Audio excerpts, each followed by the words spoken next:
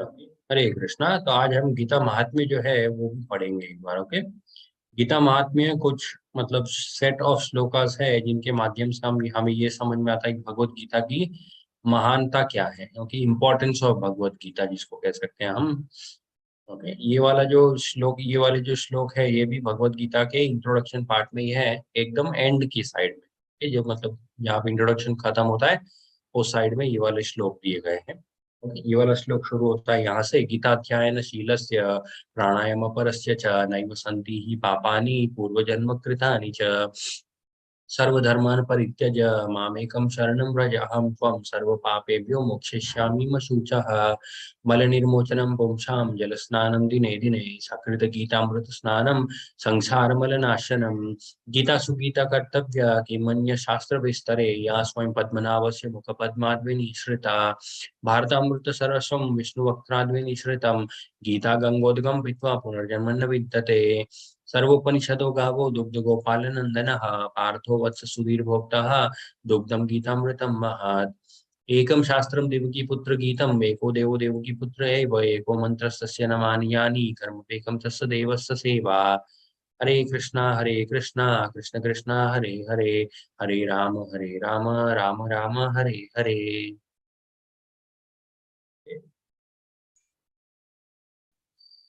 छोटा सा कीर्तन करते हैं, उसके बाद आज का 8वां अध्याय जो बाकी पार्ट था वो आज हम कंप्लीट करेंगे। ओके। हरे कृष्णा। यशोमती नंदन व्रज भर नागर गोकुल रंजन कान्हा।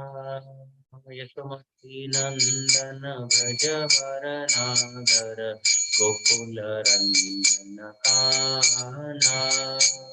गोपी परान धन मदन मनोहर गोपी परान धन मदन मनोहर कालिया दमन विधाना कालिया दमन विधाना। कमल हरि नाम विलास कमल हरि नाम विलास विपिन पुरंदर नवीनन धर बोरा वंशीवदन सुहासा वंशीवदन सुहासा। व्रजजन पालन असुरकुल नाशन व्रजजन पालन असुरकुल नाशन नंद गोधन रखवाला गोविंद माधव नवनीत तस्कर गोविंद माधव नवनीत तस्कर सुंदर नंद गोपाल सुंदर नंद गोपाल। यमुना तट चर गोपी बसन हर यमुना तट चर गोपी बसन हर रास रसिक कृपा मोया रास रसिक कृपा मोया। श्री राधा वल्लभ वृंदावन नटवर श्री राधा वल्लभ वृंदावन नटवर भक्ति विनोदाश्रय भक्ति विनोदाश्रय। यशोमती नंदन व्रजजन व्रजवर नागर गोकुल रंजन कान्हा। हरे कृष्णा कृष्ण कृष्ण हरे हरे हरे राम राम राम हरे हरे। हरे कृष्णा कृष्ण कृष्ण हरे हरे हरे राम राम राम हरे हरे। हरे कृष्णा कृष्ण कृष्ण हरे हरे हरे राम राम राम हरे हरे। हरे कृष्णा।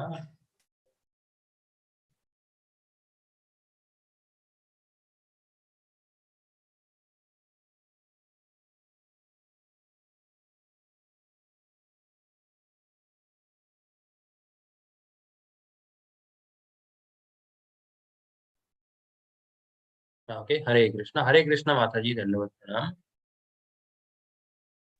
हरे कृष्ण प्रभु जी, दंडवत प्रणाम।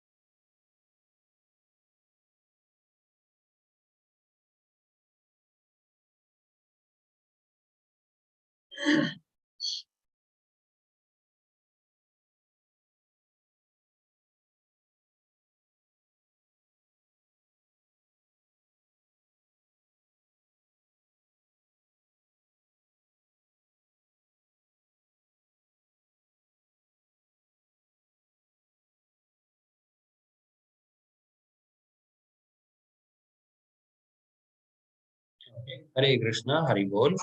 जय श्रील प्रभुपाद की। हरे कृष्णा। जय गुरु महाराज जी की। ओम नमो भगवते वासुदेवाय। ओम नमो भगवते वासुदेवाय। ओम नमो भगवते वासुदेवाय। हरे Krishna. Yes, last week class नहीं हो पाया था क्योंकि तबीयत थोड़ी खराब थी, उसके लिए। सो आज हम ये वाला 8वां जो अध्याय है इसको कंप्लीट कर देंगे। आज में नेक्स्ट क्लास से 9th चैप्टर स्टार्ट करेंगे। ओके, हरे कृष्णा, हरि बोल। यस, भावना माता जी, हरे कृष्णा, दंडवत प्रणाम। हरे कृष्णा प्रभु जी।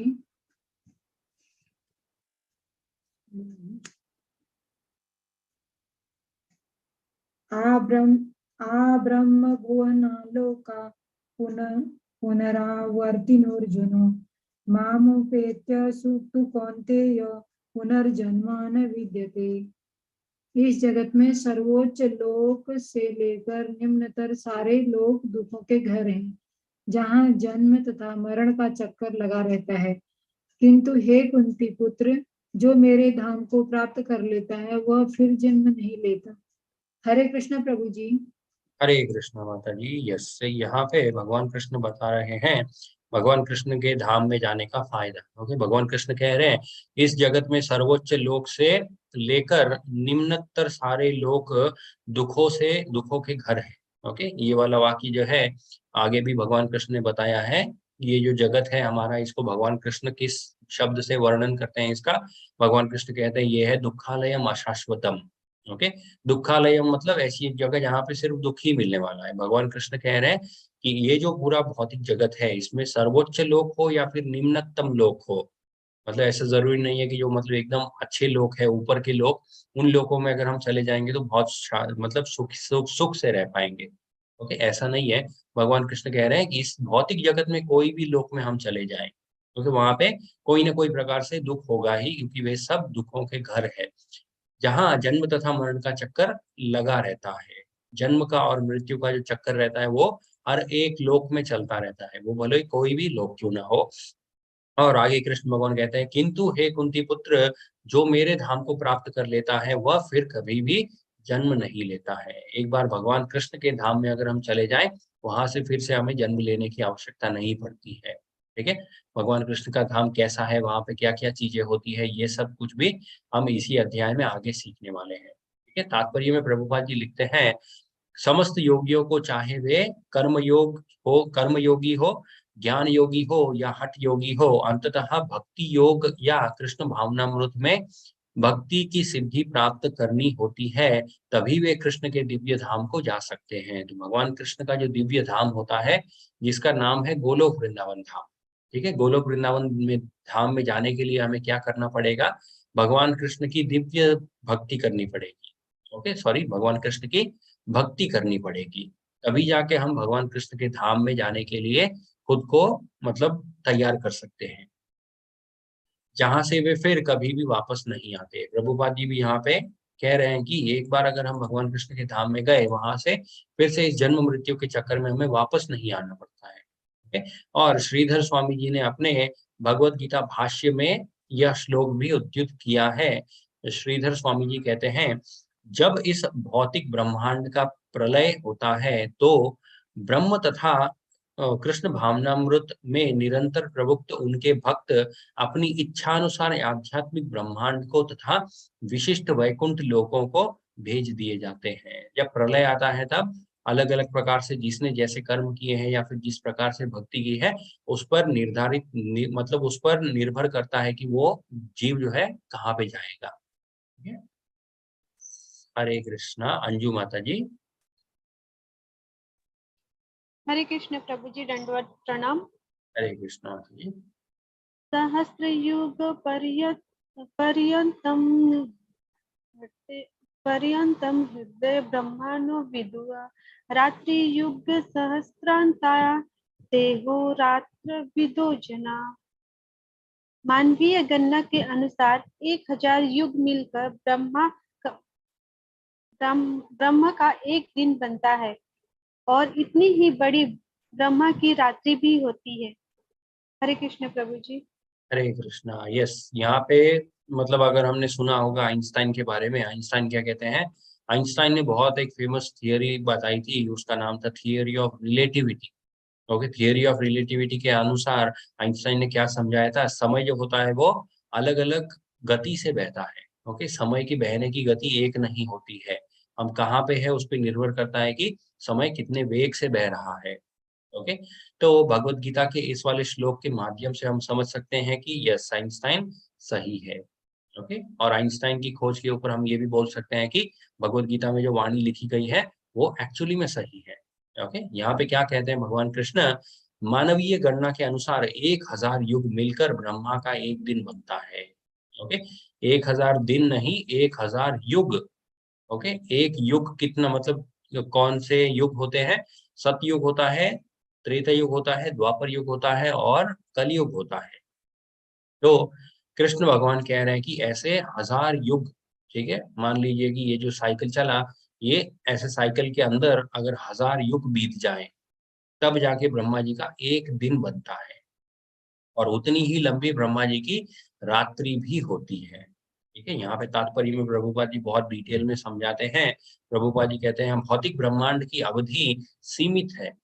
ओके, सीमित मतलब अवधि सीमित है, मतलब भौतिक ब्रह्मांड जो होता है, ये पूरा भौतिक संसार, ये लिमिटेड है।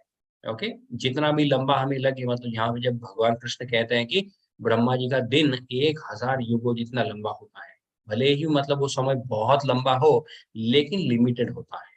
ओके, यह कल्पों के चक्र रूप में प्रकट होता है। यह कल्प ब्रह्मा का एक दिन है, जिसमें चतुर्युग सत्य, त्रेत, द्वापर तथा कली के 1000 चक्र होते हैं। ओके, मतलब महायुग जिसको कहते हैं। ओके, चतुर्युग भी कह सकते हैं हम उसको, मतलब सतयुग, त्रेतयुग, द्वापर युग तथा कलयुग, ये चारों युग जब एक बार खत्म होते हैं तो उसको कहते हैं एक महायुग या फिर एक चतुर्युग। ओके, और वैसे 1000 चक्र जब कंप्लीट होते हैं तब जाके ब्रह्मा जी का एक दिन खत्म होता है, और पूरे दिन की जो मतलब जो भी सृजन करना होता है या फिर क्रिएशन करना होता है, जीवों को उत्पन्न करना होता है, अलग अलग प्रकार के शरीर उनको देने होते हैं, ये सारे कार्य जो है ब्रह्मा जी दिन भर में करते हैं। जब ब्रह्मा जी की रात्रि आती है तो ब्रह्मा जी क्या करते हैं, सब कुछ समेट लेते हैं। ओके, जिसको प्रलय बोलते हैं। तो ब्रह्मा जी प्रलय लाते हैं, जिसके माध्यम से जितने भी प्रकार के जीव जंतु थे सब समाप्त हो जाते हैं, और फिर ब्रह्मा जी जो है वे सोने चले जाते हैं। ब्रह्मा जी सो जाते हैं, फिर अगले दिन वापस उठते हैं और ये सारा चक्र जो है फिर से चालू हो जाता है। इस प्रकार से ये चीजें ब्रह्मा जी कितने सालों तक करते हैं, 100 ईयर्स, 100 सालों तक ब्रह्मा जी का ये जो साइकिल है चलता रहता है। उसके बाद क्या होता है, उसके बाद महाप्रलय आता है, जब ब्रह्मा जी की भी मृत्यु हो जाती है। ओके, तो अगर हम सोचे ब्रह्मा जी जो है वे अमर है, निरंतर ब्रह्मा जी सृजन करते रहते हैं, तो ऐसा नहीं है। ब्रह्मा जी जो है उनकी भी एक आयु होती है। ठीक है, यहाँ पे फिर आगे प्रभुपाद जी कहते हैं, यह युग, ओके, कौन सा युग, सतयुग। सतयुग जो होता है वो कितना लंबा होता है, 17,28,000 सालों का। ओके, 17,28,000 सालों का। मतलब ये जो साल प्रभुपा जी बता रहे हैं, ये हमारे सालों के हिसाब से। ओके, तो हमारे अगर 17,28,000 साल बीत जाएंगे तब जाके एक सतयुग खत्म होता है। ठीक है, बाद में शुरू होता है त्रेता युग, जो कितना चलता है 12 लाख, मतलब ऑलमोस्ट 70,000 साल। ओके, 69 सॉरी हिंदी नंबर थोड़ा वीक है, 12,69,000 ईयर्स। ओके, 12,69,000 ईयर्स जब खत्म होंगे तब जाके त्रेता युग खत्म होता है। उसके बाद शुरू होता है द्वापर युग। द्वापर युग कितना चलता है 8,46,000 साल। ये जब खत्म हो जाता है तब चालू होता है कलयुग। कलयुग कितना है 4,32,000 सालों का, जिसमें से कुल 5 या 6,000 साल अभी तक खत्म हुए हैं। ओके, तो हम सोच सकते हैं कि और कितना ज्यादा कलयुग बाकी है। ओके, लेकिन कलयुग जो है बहुत मतलब खतरनाक युग होता है। इसमें धर्म मतलब बहुत कम हो जाता है और अधर्म बहुत ज्यादा बढ़ जाता है। इसीलिए भगवान ने क्या किया है, कलयुग की जो आयु होती है उसको सबसे कम रखा है। हम देख सकते हैं यहाँ पे कलयुग जो है मात्र 4,32,000 सालों का। इस नंबर को अगर हम 2 से गुणा करें, ओके, इंटू 2, तब जाके द्वापर युग की आयु बनती है। अगर कलयुग के युग को हम इंटू 3 करेंगे तब जाके त्रेता युग की आयु बनती है, और इंटू 4 करेंगे तो जाके सतयुग की आयु बनती है। ओके, यहाँ पे हम प्रभुपाद जी ने यहाँ पे कैलकुलेट करके भी बताया है, ब्रह्मा के ये 100 वर्ष, ओके, ब्रह्मा जी की जो आयु होती है 100 वर्ष, वो कितनी लंबी होती है, कुछ मतलब अरबों खरबों साल तक जाती है। ठीक है, तो मान लीजिए हम 1 मिनट के लिए ब्रह्म लोक में गए। ठीक है, जस्ट 1 मिनट के लिए हम ब्रह्म लोक में गए और वापस अगर हम इस पृथ्वी पे आएंगे तो यहाँ पे लाखों लाखों साल बीत चुके होंगे। ओके, हरे कृष्णा। राखी माता जी। हरे कृष्णा प्रभु जी। हरे कृष्ण। अव्यक्तात् व्यक्तय सर्वा प्रभवन्ति आगमे, रात्रि आगमे प्रलीयन्ते तत्रैव व्यक्त संज्ञके। ब्रह्मा के दिन के शुभारंभ में सारे जीव अव्यक्त अवस्था से व्यक्त होते हैं, और फिर जब रात्रि आती है तो वे पुनः अव्यक्त में विलीन हो जाते हैं। हरे कृष्ण। हरे कृष्णा। यस, इस श्लोक का तात्पर्य प्रभुपाद जी ने नहीं लिखा है क्योंकि काफी सिंपल एक्सप्लेनेशन है इसका। ओके, भगवान कृष्ण यहाँ पे कहते हैं ब्रह्मा के दिन के शुभारंभ में सारे जीव अव्यक्त अवस्था से व्यक्त होते हैं। अव्यक्त मतलब फॉर्मलेस। ओके, उनका कोई रूप नहीं होता है, उनका कोई आकार नहीं होता है। लेकिन जब ब्रह्मा जी का दिन शुरू होता है, जितने भी जीव होते हैं जो अव्यक्त रूप में है, ब्रह्मा जी उनको धीरे धीरे एक ना एक रूप देना स्टार्ट कर देते हैं। ठीक है, और फिर से जब रात्रि आती है तो क्या होता है, पुनः अव्यक्त में विलीन हो जाते हैं। उन सभी जीवों को फिर से ब्रह्मा जी जो है फॉर्मलेस बना देते हैं, और जितनी भी मतलब क्रिएशन है, रचना है, उस सबको फुल स्टॉप करके उस सबको मतलब उस सब के ऊपर एक रोक लगा के ब्रह्मा जी निद्रा में चले जाते हैं।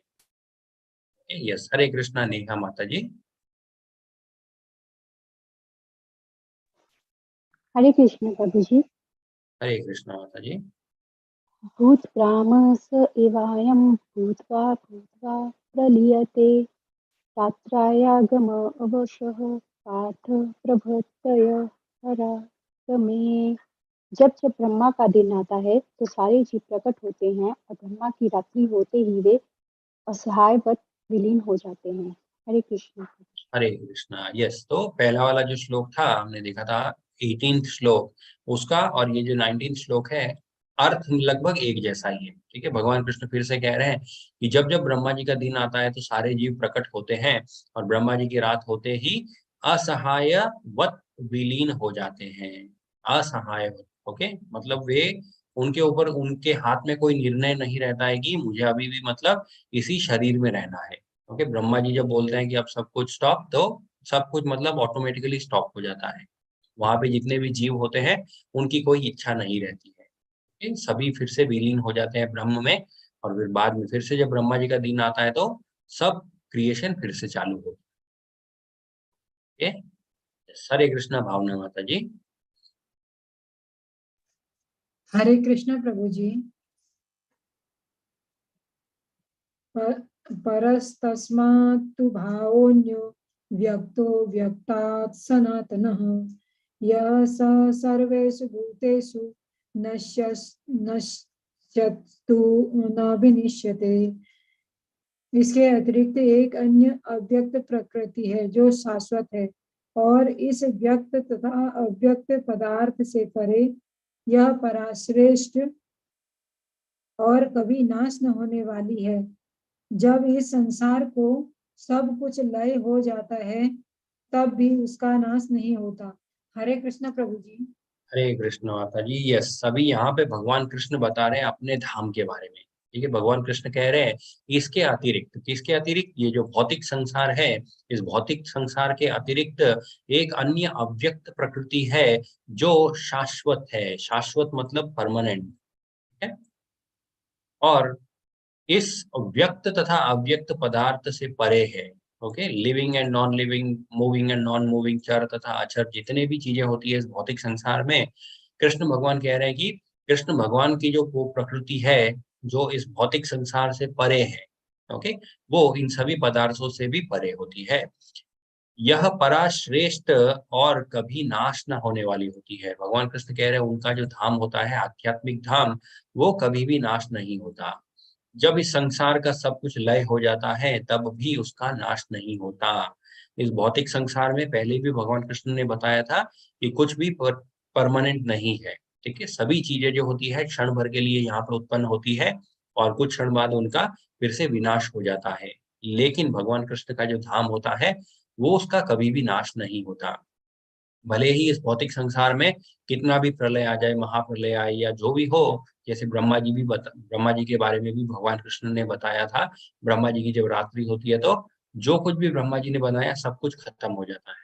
लेकिन जब सब कुछ खत्म होता है तो वो सिर्फ इस भौतिक संसार में खत्म होता है। भगवान कृष्ण के आध्यात्मिक जगत में कुछ भी फर्क नहीं पड़ता है। ठीक है, इसीलिए भगवान कृष्ण भी बार बार कहते हैं उस धाम में जो एक बार जाता है उसको फिर से इस जन्म मृत्यु के चक्र में वापस नहीं आना पड़ता। ओके, हरे कृष्णा राखी माता जी। हरे कृष्ण प्रभु जी।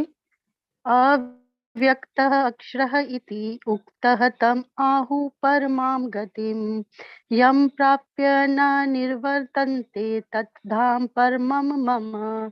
जिसे वेदांती अप्रकट तथा अविनाशी बताते हैं, जो परम गंतव्य है, जिसे प्राप्त कर लेने पर कोई वापस नहीं आता, वही मेरा परम धाम है। हरे कृष्णा। हरे कृष्णा। यस, जिसे वेदांत अप्रकट तथा अविनाशी बताते हैं। वेदांत सूत्रों के हिसाब से भी वे भी बताते हैं कि एक ऐसा धाम होता है जो कभी भी नाश नहीं होता, उसका जो अविनाशी होता है। ठीक है, जो परम गंतव्य है, जिसे प्राप्त कर लेने पर कोई वापस नहीं आता, वही मेरा परम धाम है। कृष्ण भगवान कह रहे हैं वो जो एकदम परमानेंट है, ओके, किसी भी परिस्थिति में वही मेरा घर है।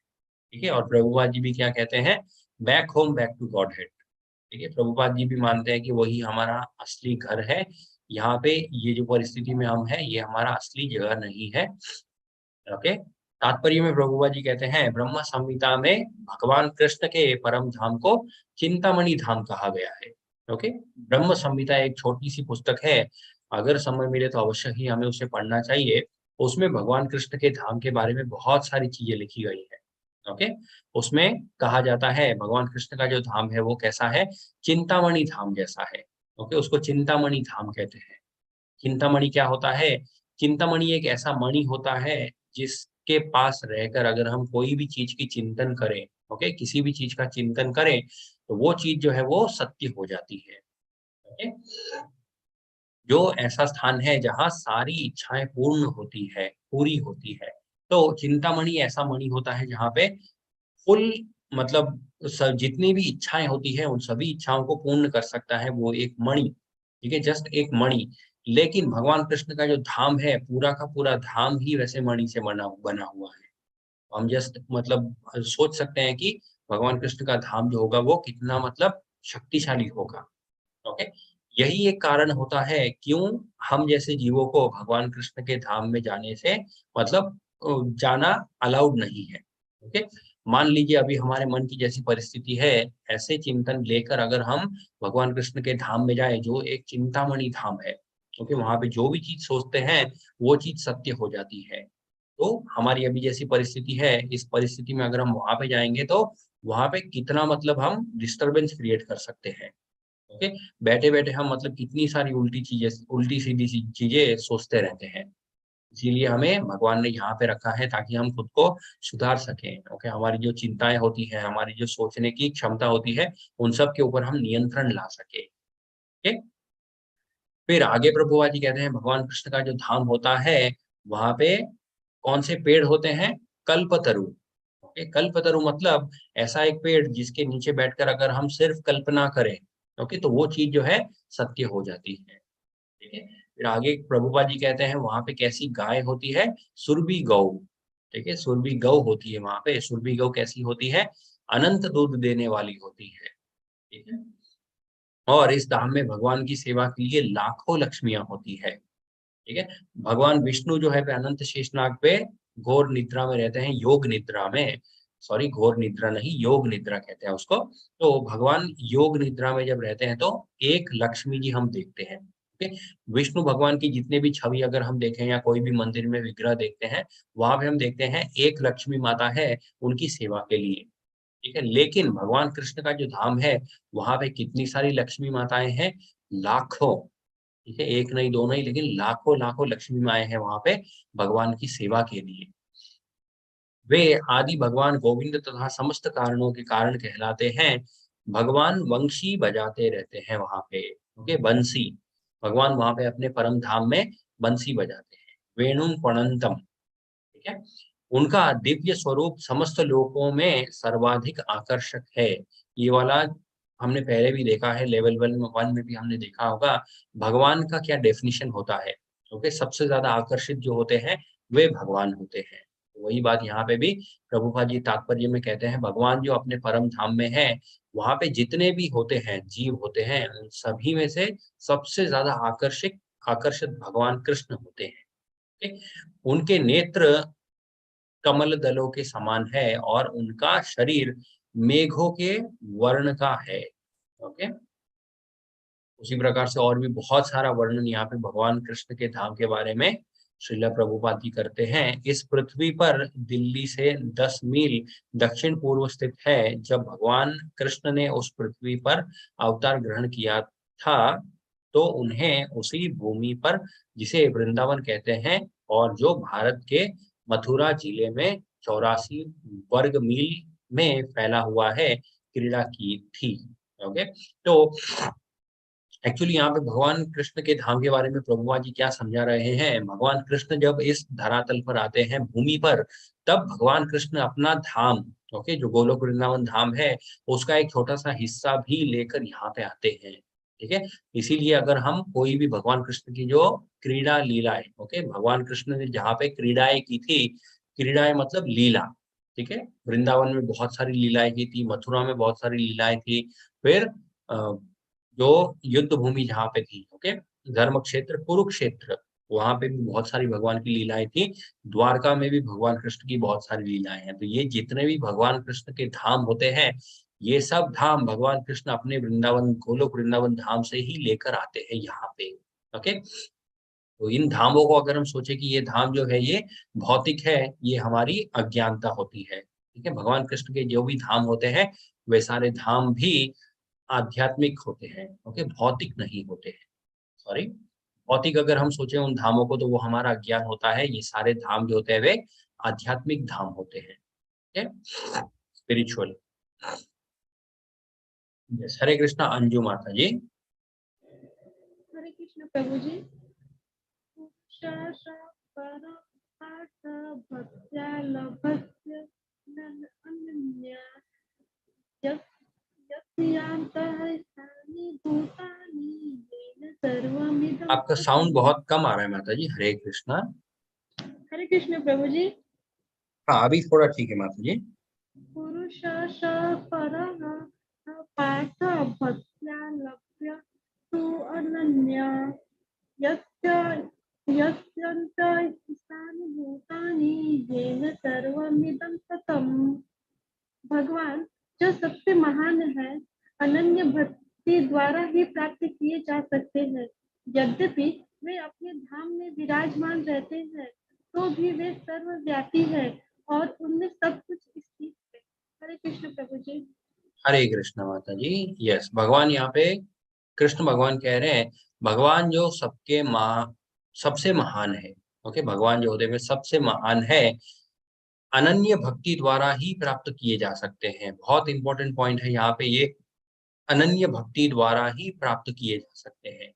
ओके, अगर जो छठा चैप्टर हमने देखा था ज्ञान योग के बारे में, ओके सॉरी ध्यान योग के बारे में, चौथा चैप्टर हमने देखा था ज्ञान योग के बारे में, तीसरा और पांचवा अध्याय हमने देखा था कर्म योग के बारे में। तो ये सारे जितने भी योग होते हैं ये कौन से योग के प्रति अग्रसर है, ये सारे योग जो होते हैं भक्ति योग की ओर हमें लेकर जाते हैं। ओके, उसी का प्रमाण भी यहाँ पे भगवान कृष्ण ने दिया है। भगवान कृष्ण कहते हैं अनन्य भक्ति, सिर्फ अनन्य भक्ति के माध्यम से ही हम भगवान को प्राप्त कर सकते हैं। ओके, यद्यपि वे अपने धाम में विराजमान रहते हैं तो भी वे सर्वव्यापी है और उनमें सब कुछ स्थित होता है। भगवान यहाँ पे फिजिकली प्रेजेंट नहीं है, लेकिन फिर भी जितनी भी चीजें होती हैं भगवान के अंदर ही स्थित रहती है। ओके, हर एक जगह पे भगवान को फिजिकली प्रेजेंट होकर प्रमाण देने की जरूरत नहीं होती है कि वे सब जगह पे मौजूद है। ठीक है, भगवान जैसे अगर हम देखें ये जो भौतिक संसार है, ओके, ये भगवान कृष्ण के बहिरंगा शक्ति के माध्यम से उत्पन्न हुआ है। ओके, तो एक प्रकार से अगर हम देखें तो ये भी भगवान का ही एक स्वरूप है, लेकिन बाहरी शक्तियों के माध्यम से भगवान ने इस धाम को बनाया है। ओके, और भगवान की जो अंतरंगा शक्ति होती है उससे भगवान कृष्ण ने अपना परम धाम गोलोक वृंदावन धाम बनाया है। ओके, जहाँ पे सभी चीजें जो होती है वे आध्यात्मिक होती है। क्यों आध्यात्मिक है? क्योंकि भगवान की इंटरनल एनर्जी से बनी है वे सारी चीजें। ओके, अंतरंगा शक्ति, एक्सटर्नल एनर्जी मतलब बाहिरंगा शक्ति। ओके, तात्पर्य में प्रभुपाद जी कहते हैं यहाँ यह स्पष्ट बताया गया है कि जिस परम धाम से फिर लौटना नहीं होता वह परम पुरुष कृष्ण का धाम है। ब्रह्म संहिता में इस परम धाम को अनादि चिंत्य रस कहा गया है। ओके,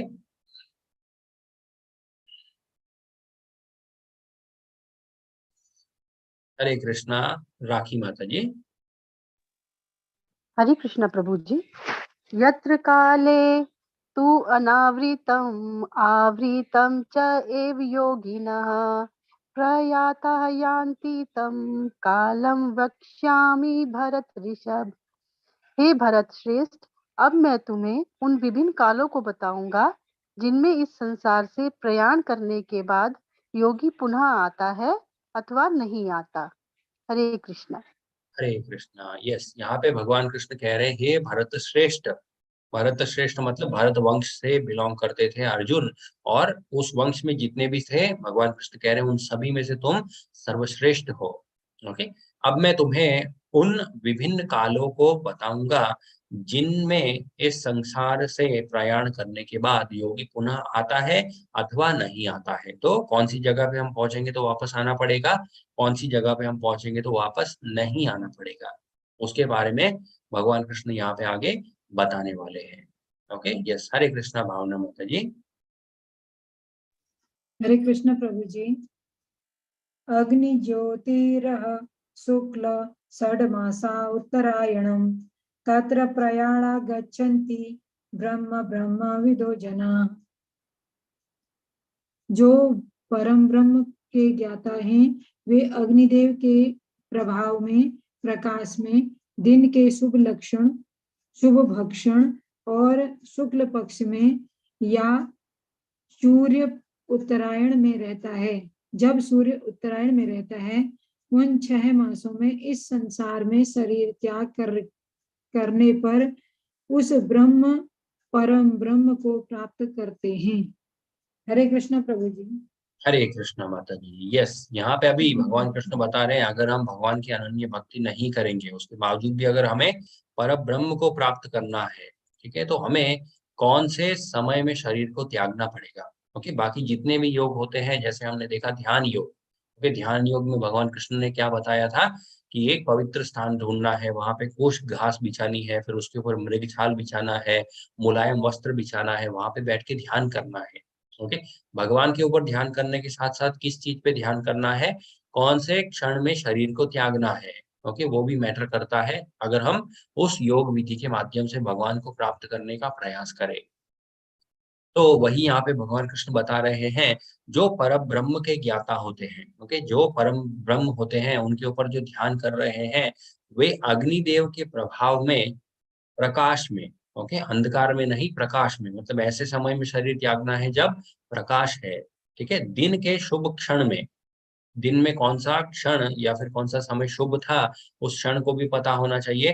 फिर शुक्ल पक्ष में, या जब सूर्य उत्तरायण में रहता है, ओके, सूर्य हमें पता है कि अपने मतलब फेस बदलते हैं, उत्तरायण दक्षिणायन, ऐसे दो अलग अलग दिशाओं में सूर्य जो होते हुए रहते हैं। तो जब सूर्य उत्तरायण में रहते हैं, फिर दिन का समय जब शुभ हो, फिर या फिर जब प्रकाशमय हो, या फिर अग्नि के प्रभाव में, तब उन 6 मासों में इस संसार से शरीर त्याग करते हैं, करने करने पर उस पर ब्रह्म को प्राप्त करते हैं। तो इतनी सारी चीजों को ध्यान में रखते हुए अगर कोई अपना शरीर त्यागे, तब जाके वो भगवान का जो पर ब्रह्म एस्पेक्ट होता है उसको प्राप्त कर सकता है। ओके, तो ये चीजें किसने की थी? शरीर त्यागने के समय, मतलब शरीर त्यागने का समय किसने मतलब खुद के लिए निर्धारित किया था? वे थे भीष्म पितामह। ओके, क्योंकि उनको स्वेच्छा मृत्यु वरदान था कि वे जब चाहे उस क्षण वे अपना शरीर त्याग कर सकते थे। ये उनको वरदान मिला था, इसीलिए भीष्म पितामह जो है उन्होंने उत्तरायण चूज किया था। उत्तरायण जब शुरू हुआ था उस टाइम उन्होंने अपना शरीर त्यागा था, वो भी एकदम शुभ काल के समय। और वहां पे कौन उपस्थित थे? भगवान कृष्ण खुद उपस्थित थे। तो भगवान की मतलब देख-रेख में भगवान जब वहां पे उपस्थित थे और एकदम शुभ समय चुनकर भीष्म पितामह ने जो है अपना शरीर त्यागा था। लेकिन ये वाला जो मतलब इतना मतलब किसके पास ऐसा अवसर मिलता है?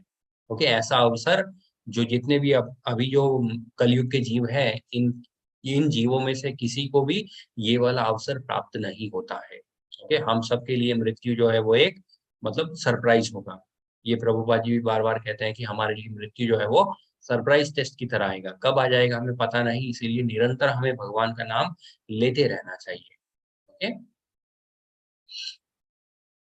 हरे कृष्णा। राखी माता जी।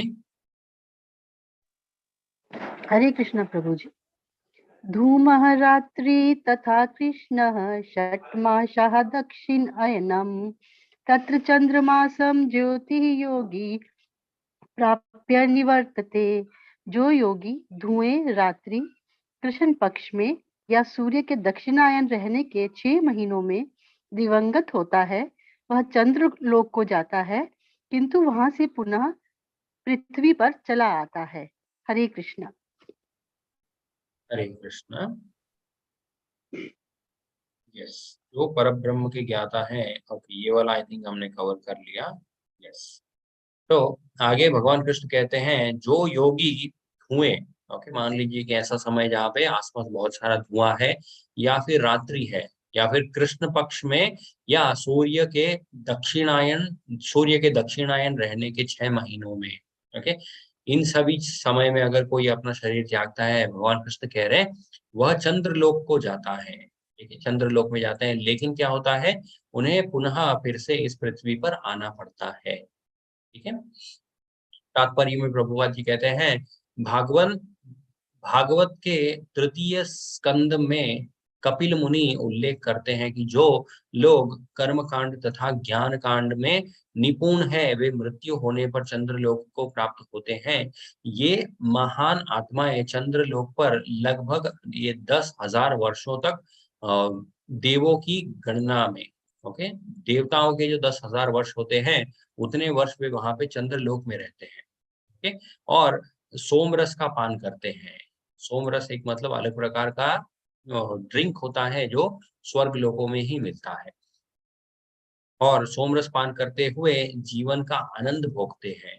अंततोगत्वा पृथ्वी पर वे लौट आती है। उनका अर्थ यह हुआ कि चंद्रमा में उच्च श्रेणी के प्राणी रहते हैं, भले ही हम अपनी स्थूल इंद्रियों से उन्हें देख न सके। चंद्रमा के चंद्रमा के ऊपर बहुत सारे मनुष्य गए भी हैं, और वहां पे मतलब कुछ नहीं ऐसा बोलते हैं, लेकिन प्रभुपाद जी क्या कह रहे हैं, हम अपनी स्थूल इंद्रिया, ओके, ये जो हमारी अपूर्ण इंद्रिया, ओके, हमारी इंद्रिया जो होती है वे कंप्लीट नहीं होती है, उनमें कुछ न कुछ त्रुटियां होती है। इसी वजह से चंद्रलोक पर जो रहते हैं उनको हम देख नहीं सकते, लेकिन अवश्य ही वहां पे जीव रहते हैं। और वे भी कितने सालों तक रहते हैं?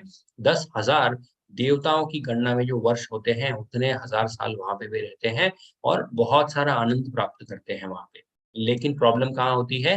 वो जो शुभ कर्म उन्होंने किया था, वो जो शुभ कर्म खत्म हो जाता है, उसके बाद फिर से उनको इसी मृत्यु लोक में वापस आना पड़ता है। ठीक है। हरे कृष्णा भावना माता जी। हरे कृष्ण प्रभु जी। शुक्ल कृष्णे गति होते जगत शाश्वते मते एकया यात्यनावृत्तिं मन्या मन्या वर्तते पुनः। वैदिक मतानुसार इस संसार के प्रयाण करने के दो मार्ग हैं, एक प्रकाश का और दूसरा अंधकार का। जब मनुष्य प्रकाश के मार्ग से जाता है तो वह वापस नहीं आता, किंतु अंधकार के मार्ग से जाने वाला पुनः लौटकर आता है। हरे कृष्णा प्रभु जी।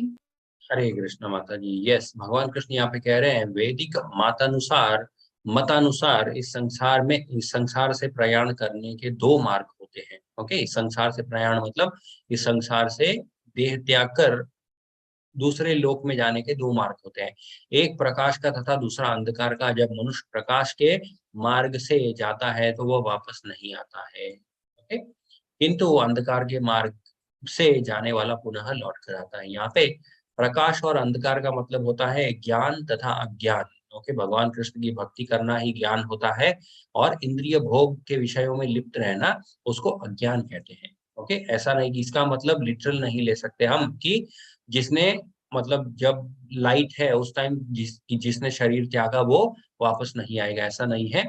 ज्ञान और अज्ञान के बारे में यहाँ पे कृष्ण भगवान बता रहे हैं। ओके, आचार्य बलदेव विद्याभूषण ने छांदोग्य उपनिषद से ऐसा ही विवरणन उद्धृत किया है, जो अनादिकाल से सकाम कर्म तथा दार्शनिक चिंतक रहे हैं, वे निरंतर आवागमन करते रहते हैं। वस्तुतः उन्हें परम मोक्ष प्राप्त नहीं होता, क्योंकि वे कृष्ण की शरण में नहीं जाते हैं। ओके, तो आचार्य बलदेव विद्याभूषण ने भी छांदोग्य उपनिषद के माध्यम से भी यही चीज समझाई है कि अगर हम प्रकाश मतलब भगवान कृष्ण के बारे में ज्ञान, उस ज्ञान को अर्जित करने का प्रयास करें जीवन भर में, तब जाके हमें यहाँ पे वापस नहीं आना पड़ता है। ओके, और भगवान कृष्ण के धाम में जाने के लिए हमें क्या करना पड़ेगा, वो वाला वाक्य भी भगवान कृष्ण ने आगे ही बता दिया था, हमें अनन्य भक्ति करनी पड़ेगी भगवान कृष्ण की। ओके, यस, हरे कृष्ण अंजू माता जी। हरे कृष्ण प्रभु जी। मैंने तुझे पाकर जाना किं भारती कश्चन तस्मात् सर्वेषु कालेषु योगयुक्तो भव अर्जुन। हे अर्जुन, यद्यपि भक्तगण इन दोनों मार्गों को जानते हैं, किंतु वे मोहग्रस्त नहीं होते, अतः तुम भक्ति में सदैव स्थिर रहो।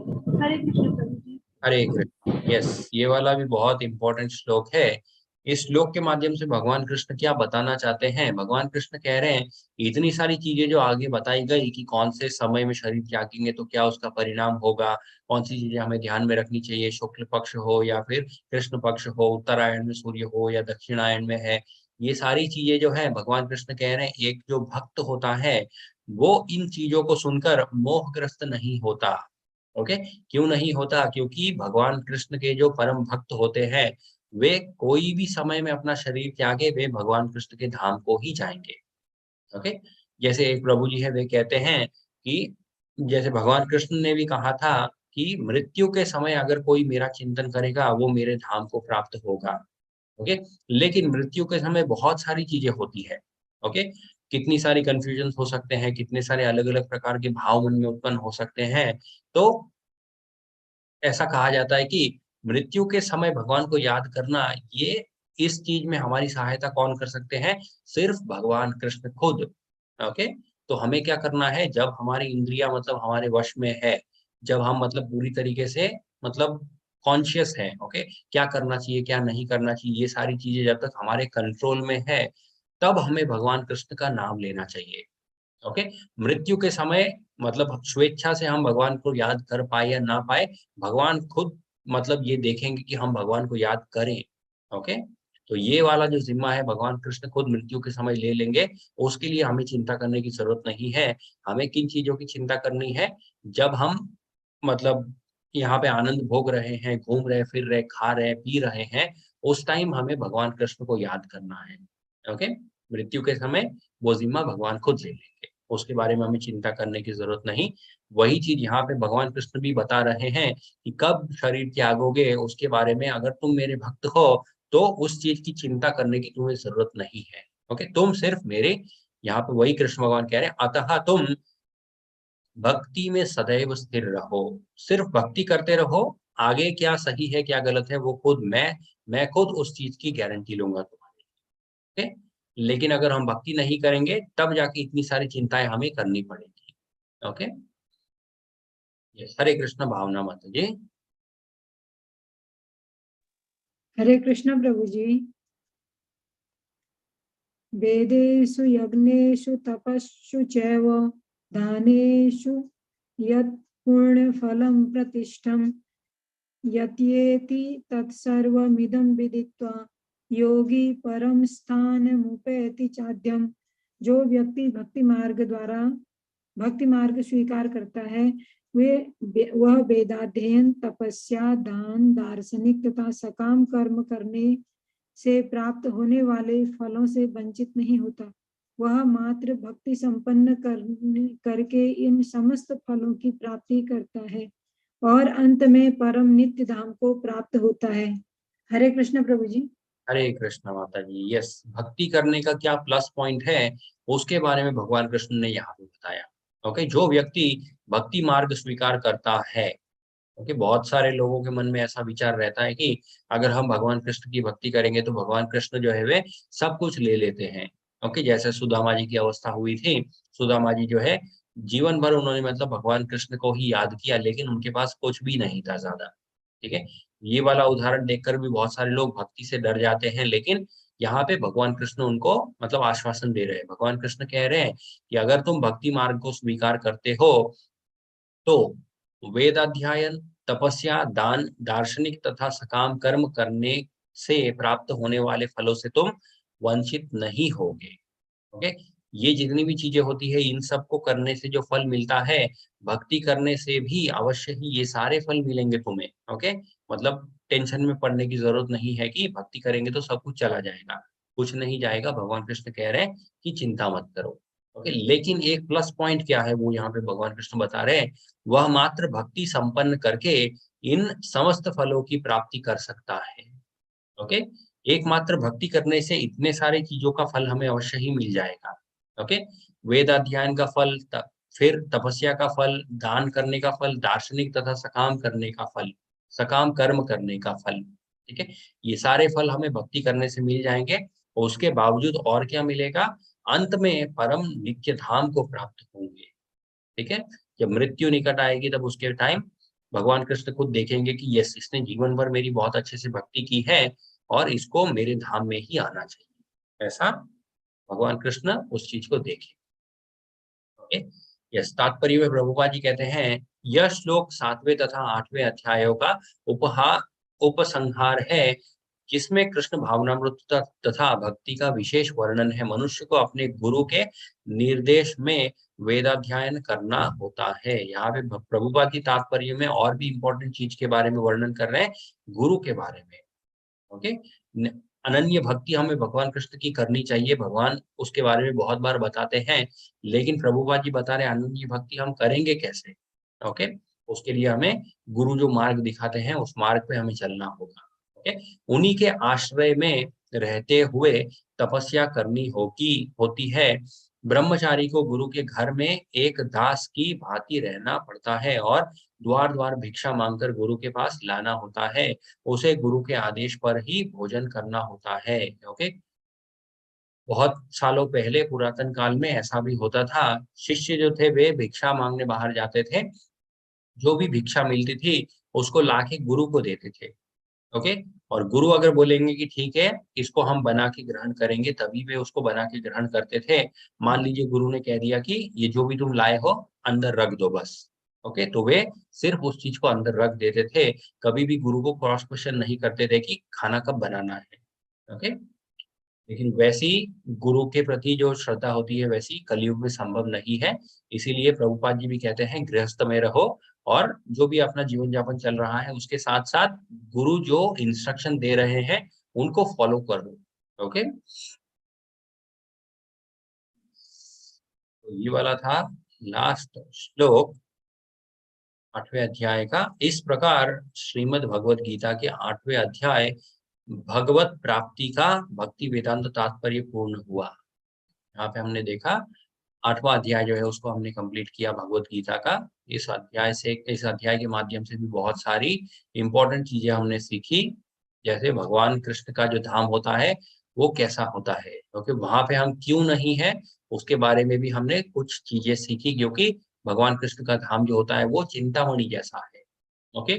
वहां पे अभी अगर हम जाएंगे इस चेतना के साथ तो वहां पे बहुत सारे डिस्टर्बेंस क्रिएट करेंगे, इसीलिए हमें अपने आप को जितना हो सके उतना शुद्ध करना है, क्योंकि इसीलिए कहते हैं कृष्ण भावनामृत। कृष्ण भावनामृत मतलब सिर्फ एक ही विचार मन में बार बार घूमता रहता है कि किस प्रकार कृष्ण भगवान की सेवा कर पाए, ओके। तो हम जस्ट मतलब कोरिलेट कर सकते हैं कि भगवान कृष्ण के धाम में जाएंगे और उस टाइम अगर हमारी ऐसी ही चिंता है कि भगवान कृष्ण की सेवा कैसे करें, तब जाके उस धाम में भी सब कुछ शांत रहता है, ओके।